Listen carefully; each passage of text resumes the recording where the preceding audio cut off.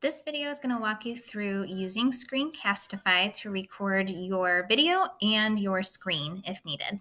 So if you look up at your Chrome browser, if you see this little pink triangle, that is Screencastify. If you don't see it up in your Chrome browser, you might need to go to the Chrome Web Store and download the extension to your browser.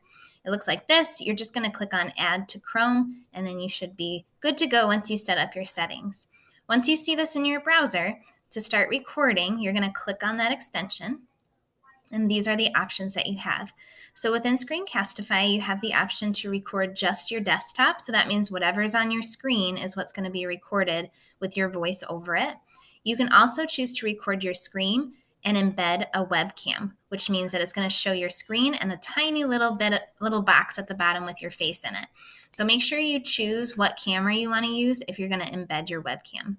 Another option is to just record your face. So this will use your webcam to record you and not your screen.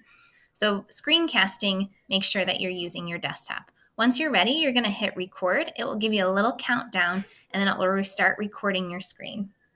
Once you're done recording your screencast, you're going to click on the Screencastify extension again, and you have several options here. If you need to pause and take a breath, you can. You can re-record, trash it all together, or stop your recording. Once you've stopped your recording, it's going to bring you to an editing screen. So up here, you can give it a title. You can also choose to trim either the front or the back if there was some dead air or some things that you need to kind of clip off. You can do that down here. And then once it's fully uploaded, you can copy this shareable link. This is to your Google Drive. So once you copy that, you can either share that in Padlet or you can share that in Canvas, whatever your teacher has asked you to do. You might also choose to download that video to your Chromebook, or you can publish it straight to YouTube. So when you click on Publish to YouTube, for the first time, you might need to choose Add a Channel, and make sure you add your Google Drive school account here. It'll just kind of ask you to allow YouTube to access that account.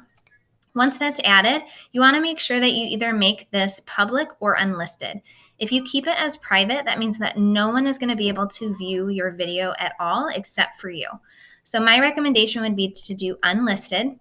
You give it a title and a description, and then you're going to upload that to YouTube. Once it's fully uploaded to YouTube, it's going to give you a link that you can share either in Padlet or in Canvas, or you can preview that in YouTube. So I'm going to copy this link, and then you can get that wherever it needs to be for your assignment.